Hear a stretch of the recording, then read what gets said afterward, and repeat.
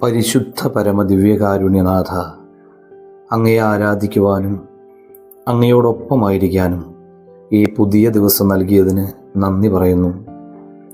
August 17 ഞായറാഴ്ച, ഏറ്റവും ഒരുക്കത്തോടും ഭക്തിയോടും കൂടെ ബലിയർപ്പിക്കാൻ ഞങ്ങൾക്ക് കൃപ തരണമേ എന്ന് പ്രാർത്ഥിക്കുന്നു. ഈ ദിവസം മുഴുവനും അങ്ങ് ഞങ്ങളോടൊപ്പം ഉണ്ടായിരിക്കണമേ. മർക്കോസിന്റെ സുവിശേഷം 7-ാം അധ്യായം 9-ാം വചനം ധ്യാനിക്കാം. നിങ്ങളുടെ പാരമ്പര്യം പാലിക്കാൻ വേണ്ടി നിങ്ങൾ കൗശലപൂർവം ദൈവകൽപ്പന അവഗണിക്കുന്നു. ദൈവകൽപ്പനകളാൽ നയിക്കപ്പെടേണ്ട നാം ലോകത്തിൻ്റെ മനുഷ്യർ പറയുന്നത് പാലിക്കാൻ വേണ്ടി നെട്ടോട്ടമോടുകയാണ്.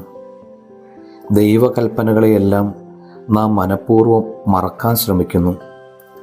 അത് ഓർമ്മിപ്പിക്കാൻ ശ്രമിക്കുന്നവരെ ആട്ടി ഓടിക്കാൻ പരിശ്രമിക്കുകയും ചെയ്യുന്നു. നമ്മുടെ വീട്ടിൽ ഒരു വിവാഹം നടക്കുമ്പോൾ, ഒരു ആദ്യ കുർബാന സ്വീകരണം നടക്കുമ്പോൾ, നമ്മുടെ പള്ളികളിൽ തിരുനാൾ ആഘോഷങ്ങൾ നടക്കുമ്പോൾ ക്രിസ്തുവിന് നാം ചെയ്യുന്നതെല്ലാം ഇഷ്ടപ്പെടുന്നുണ്ടോ എന്ന് ചിന്തിക്കേണ്ടിയിരിക്കുന്നു.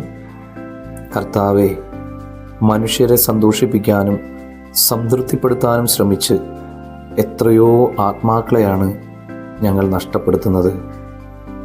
അപരനെ സന്തോഷിപ്പിക്കാൻ ശ്രമിക്കാതെ അങ്ങയെ മാത്രം സന്തോഷിപ്പിക്കാനുള്ള കൃപ നൽകി ഞങ്ങൾ ഓരോരുത്തരെയും അനുഗ്രഹിക്കണമേ എന്ന് ഞങ്ങൾ പ്രാർത്ഥിക്കുന്നു.